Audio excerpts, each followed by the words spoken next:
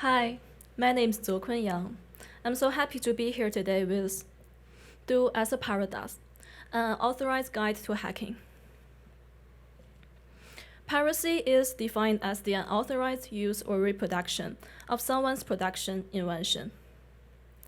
Piracy has been used in different areas, from illegally downloading paper and books to selling fake iPhones. Designers hate pirates, and it's because of the way we think about creativity. Piracy challenged the concept of creative genius. In ancient Western philosophy, creativity is described as a blessing from God. This implies that creativity belongs to only a selected group of people and is not something that can be gained through learning and practicing. But, as said by Adrian Jones in his book Piracy, inventors were not heroes at all, but everyman. Creativity is an ability shared by all people and can be trained and learned. Piracy is subversive, adventurous, and creative. From Pirate Bay to bootleg bags, piracy is bringing the exclusive inclusive. Piracy is also adventurous. It takes courage and spirit of adventure to sell bootleg on Canal Street, knowing police may be just around the corner, ready to confiscate your everything. And yes, this image is so blurry because I was being chased away down the street. Piracy is also creative. You can't deny these pirates are being creative in their own way. Many people may argue that the way we won was not piracy because it's so innovative. Still, it perfectly fit with piracy's definition. So, in my first project, I decided to practice this creative pirate approach myself by building my product based on an iconic design, the Wassaili chair. I deconstructed this Wassaili chair, one of the most famous chairs from an industrial designer point of view, and reconstructed it into a screwdriver. I also pirated the Pantone chair into a spoon. And here's the commercial I filmed.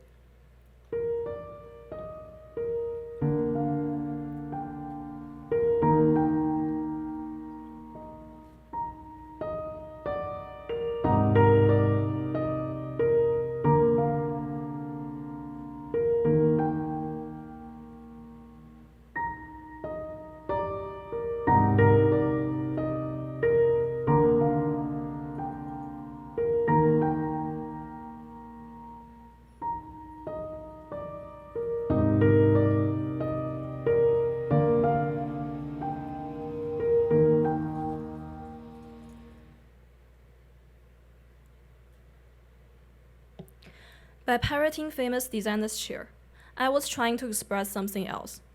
In my eyes, piracy is about making the exclusive inclusive. But we see exclusive design everywhere.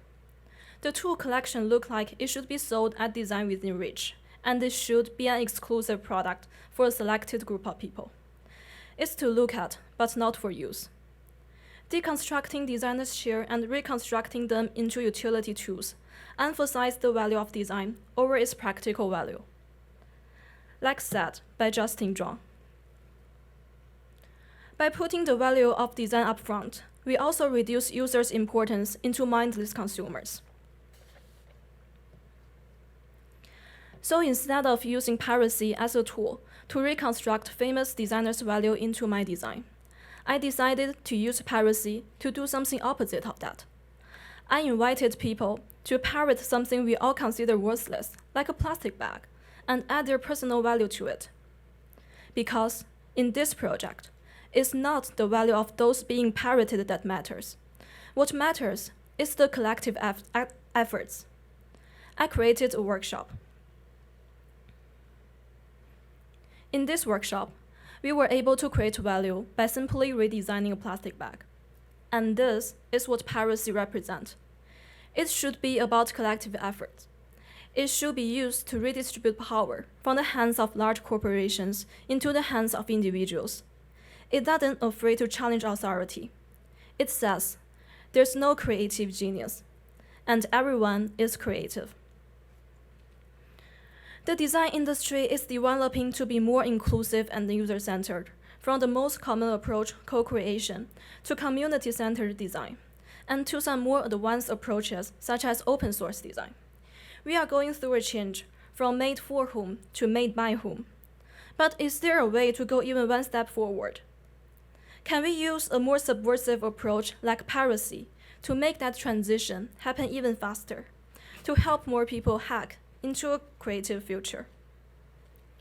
After talking to subject matter experts, I realized that simply wanting to apply piracy to my practice is not enough.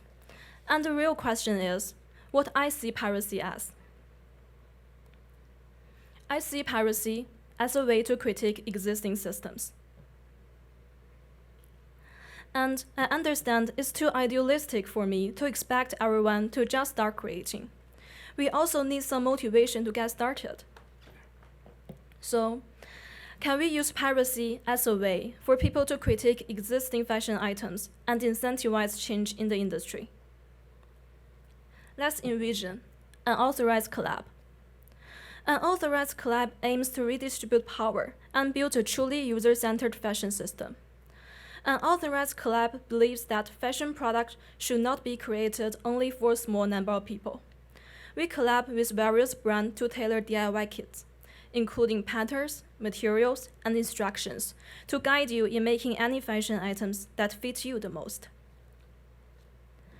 After making, iterations, and testing, I made this kit that includes different material essential to make a fake designer item, and most importantly, a designer's logo that you can add to your design. And here's me using this kit. I also built a system around this kit based on a physical store. First, you scan the QR code near the entrance. Then, a handbook will pop up, including categories of products you can build. After choosing a category like bags, you can determine what kind of bag you want to DIY. And then it will lead you to patterns and materials you will need to make that bag happen. You can refer to the pattern or improvise to create a unique designer bag. Then you will go through our store for the material you will be needed. And our staff will pack everything you selected into a handbook for you to take home. Then you can just start making. Our website will also feature people's creation. But is there a way to take this even one step forward? Can DIY be a profession for everyone? Can I build a platform for everyone to sell their creation? Let's take a look at how pirates in real life are selling their products.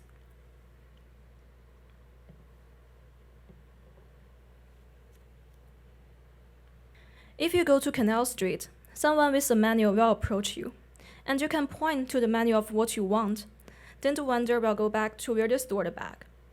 While they go back, you have to wait on the street anxiously, because you simply don't know what you will see, and you don't know if you should just buy it, because they went through so much trouble getting you the stuff you want to see. So, can we learn from their way or pirate their way of selling to help people hack into a more creative future? Let me take you on an adventure with Outworks, an underground flash market for creators to sell their work on the street.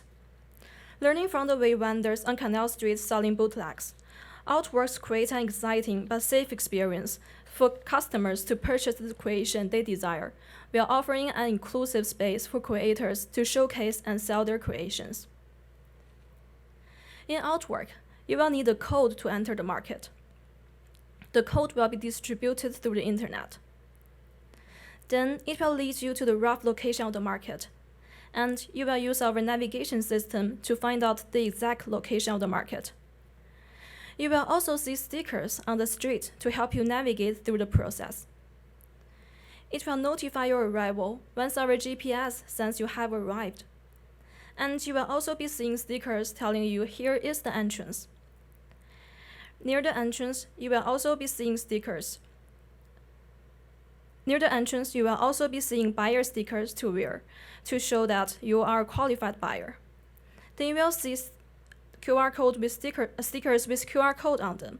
Once you scan it, it will direct you to the individual seller's marketplace. And please remember, this is a timed experience. The whole market will disappear after a time limit. After selecting the items you want to see, you will be directed to a timer showing when the seller will get back to you. When they get back, you will be able to identify each other by the stickers they are wearing. Then you can choose to finish the transaction or not within the app.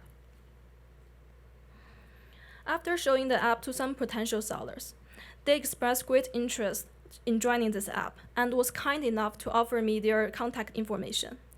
And they also raised a very important question.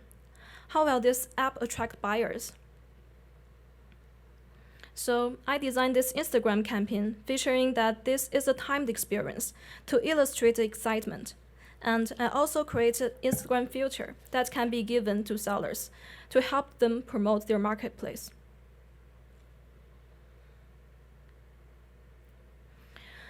Through my projects, I'm using piracy as an agency for creativity and building a more inclusive design industry. And I believe the first step toward that future is to act like a pirate ourselves and to be subversive, adventurous, and creative. And I also know that it will be much easier if we can post that on Instagram. So I also made these Instagram filters for you to post every moment you are acting like a pirate. Please join me in this pirate club and start being subversive, adventurous, and creative today. Thank you.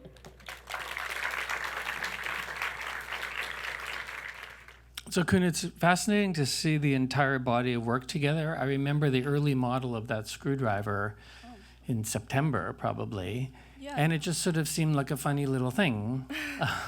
But seeing the finished product and the Panton soup spoon, I mean, like I want both of those, but I want them for all sorts of reasons that I think I could only have because of the journey that you've taken us on today. Very inspiring. Thank you. Yeah. You also went straight after it by talking about piracy versus like mashup or remix culture. Can you tell us a little bit about sort of that first bold move? Well, simply I do see like there's a lot of similarity between remix and piracy. Like I'm not really expert of remix, but for me, remix is kind of also like it's like an innovation that was born from copying. And I definitely see the same side of piracy, but for me, piracy is also more subversive, it's more radical. And I think that's what we needed if we want to head into a truly open source future.